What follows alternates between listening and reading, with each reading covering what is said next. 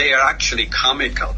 I mean, isn't that? But it's amazing, isn't it? I mean, the royal families of Europe are full of, trannies, basically. Trans people, transsexual. I mean, that's kind of mind-blowing, right? Really? It is. Now, you could imagine that would have been feasible in the old days, before the use of photographs and video and all of that, where the people wouldn't get to see them very often. And when they did, they wouldn't get much chance to study them. Yeah.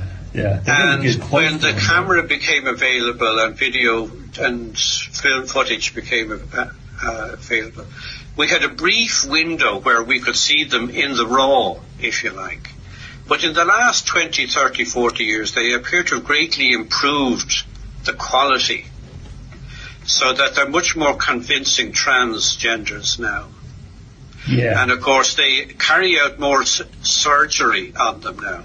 I would recommend, if you're interested, to go out and check some of the junior members of the British royal family. Oh, yeah. The ones who are around 5, 6, 7, 8. They are just like little boys, you know. Yeah. But by the time they're 13, 14, 15, between the chemicals and the hormones, the surgery and so on, they will be more convincing females than they are at the moment.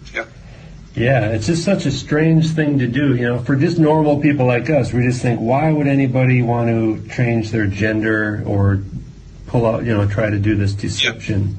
And now, do you think it's something they have to do to please their gods, right? Their master? I think it is. I think it's part of this cult, club, society. Mrs. Thatcher made a famous remark years back. She was one, and she spoke about a certain person who was getting above a station, and she was saying, he is not one of us. Mm-hmm. And, at the time you would tend to think, well, they're speaking only of the power elite. But now that we have a different coloration on that now, because we see it could possibly